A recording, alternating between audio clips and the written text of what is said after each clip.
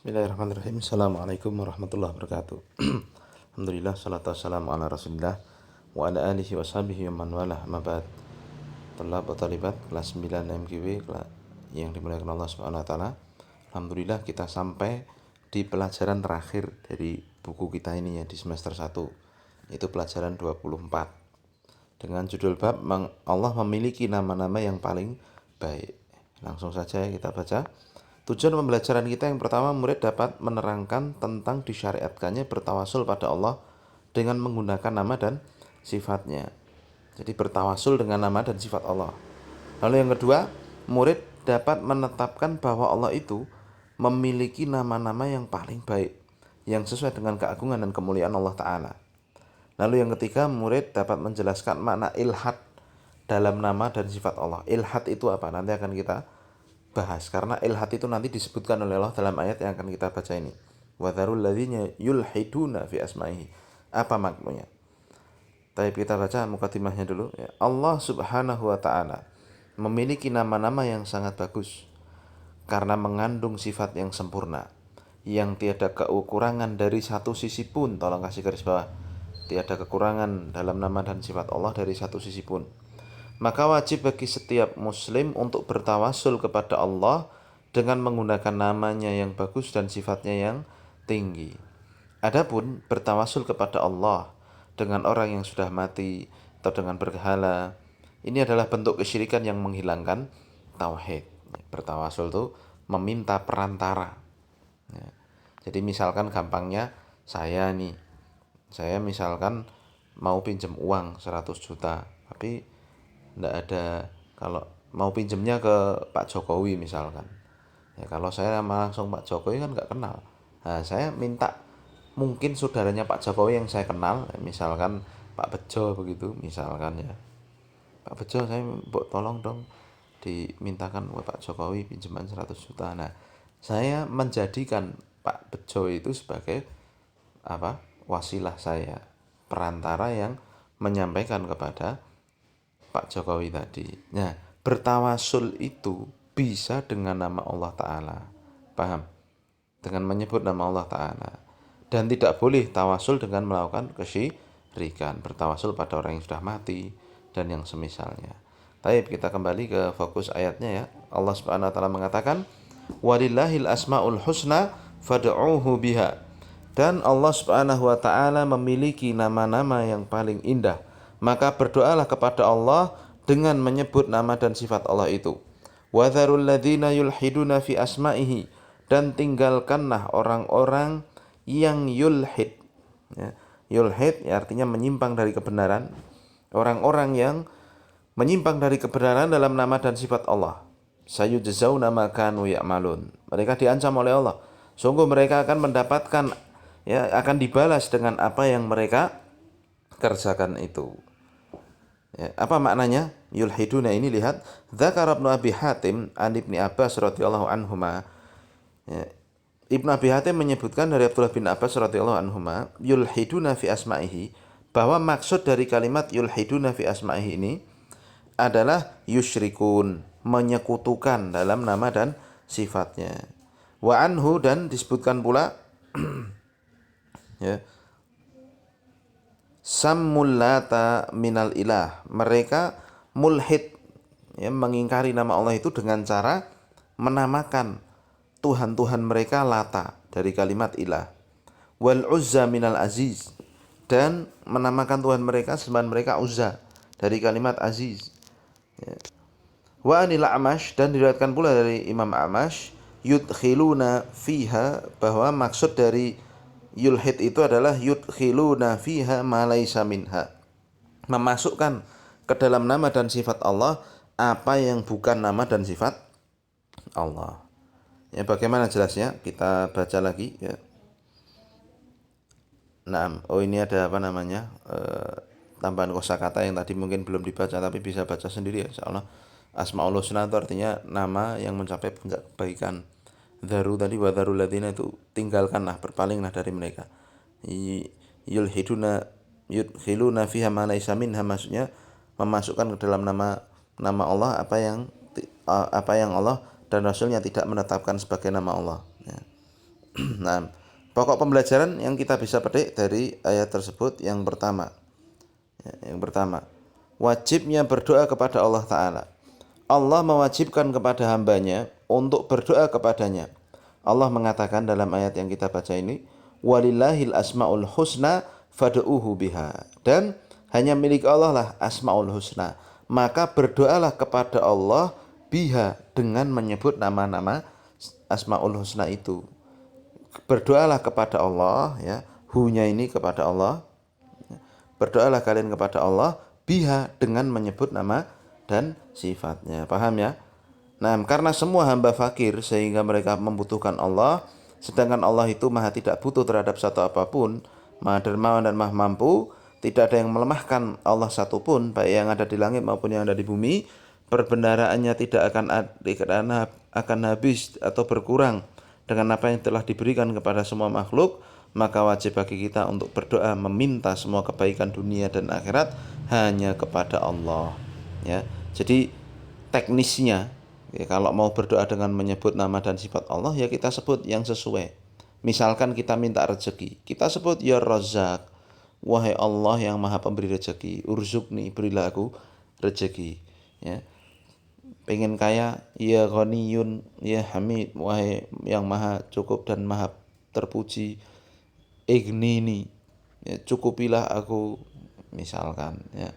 Pengen sembuh, ya, berdoa Allahumma antas syafi, ya Allah engkaulah maha penyembuh, la syifa illa syifauka, tidak ada kesembuhan kecuali dari kesembuhanmu ya Allah, ya, maka sembuhkanlah aku, misalkan isfini, isfi fulan, ya. Nah, itu menyebut nama Allah ketika berdoa, teknisnya demikian, paham ya? Baik, kemudian kita masuk yang kedua. Disyariatkan bertawasul dengan nama dan sifat Allah. Disyariatkan pula untuk bertawasul dengan menyebut nama dan sifat Allah ketika berdoa. Bahkan itu termasuk sebab yang paling utama untuk terkabulnya doa. Dalil yang menunjukkan perkara itu, ya, bertawasul dengan nama Allah, apa yang disebutkan dalam hadis, lihat ini, ya, teknis tawasul dengan nama dan sifat Allah. Ya, Nabi mengatakan Allahumma inni as'aluka bi annaka antal wahidul ahad as-samadul ladzi lam yalid wa lam yakun lahu kufuwan ahad. Ya Allah, aku minta kepada Engkau ya Allah, ya, karena Engkau adalah yang Maha Esa, yang Ahad dan As-Samad, yang tidak melahirkan dan tidak dilahirkan, serta tidak ada satupun yang menyamaimu. Baru disebutkan minta apa, begitu. Paham? Dalil disyariatkannya tawasul dengan sifat Allah yaitu hadis yang mengabarkan bahwa beliau Shallallahu Alaihi Wasallam ketika tertimpa kesedihan dan kegundahan, beliau mengatakan, ya Hayyu ya Qayyumu bi rahmatika astaghits, ya, wahai yang maha hidup dan maha berdiri sendiri, dengan rahmatmu aku minta untuk diselamatkan. Jadi Nabi menyebut ya Hayyu ya Qayyum. Paham?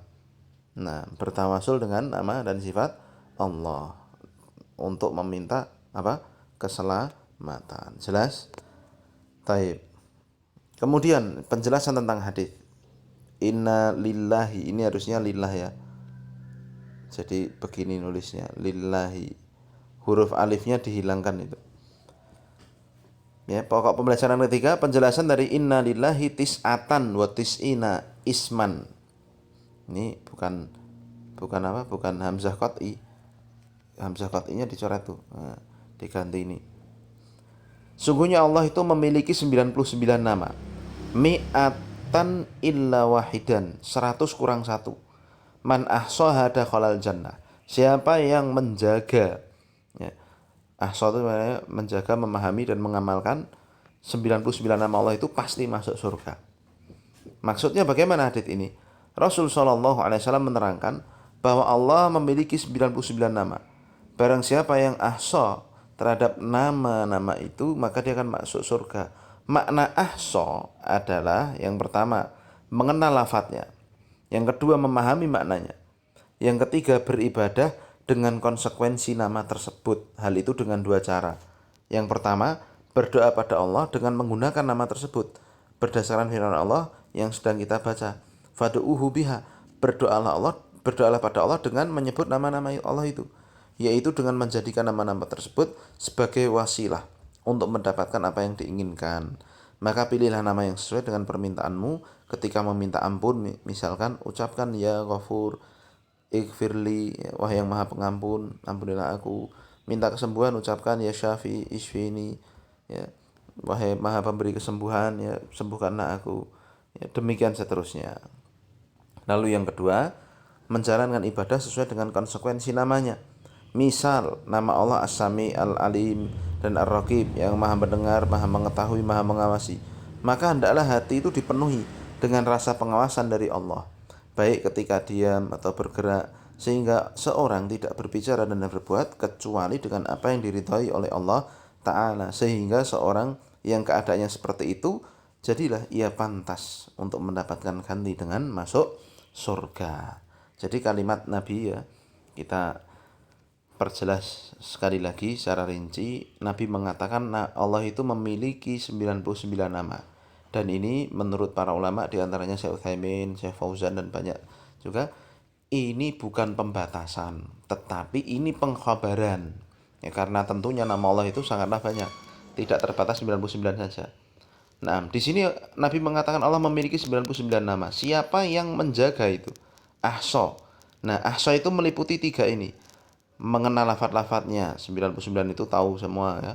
Memahami makna dari 99 itu, alim itu artinya apa, basir itu artinya apa, dan seterusnya.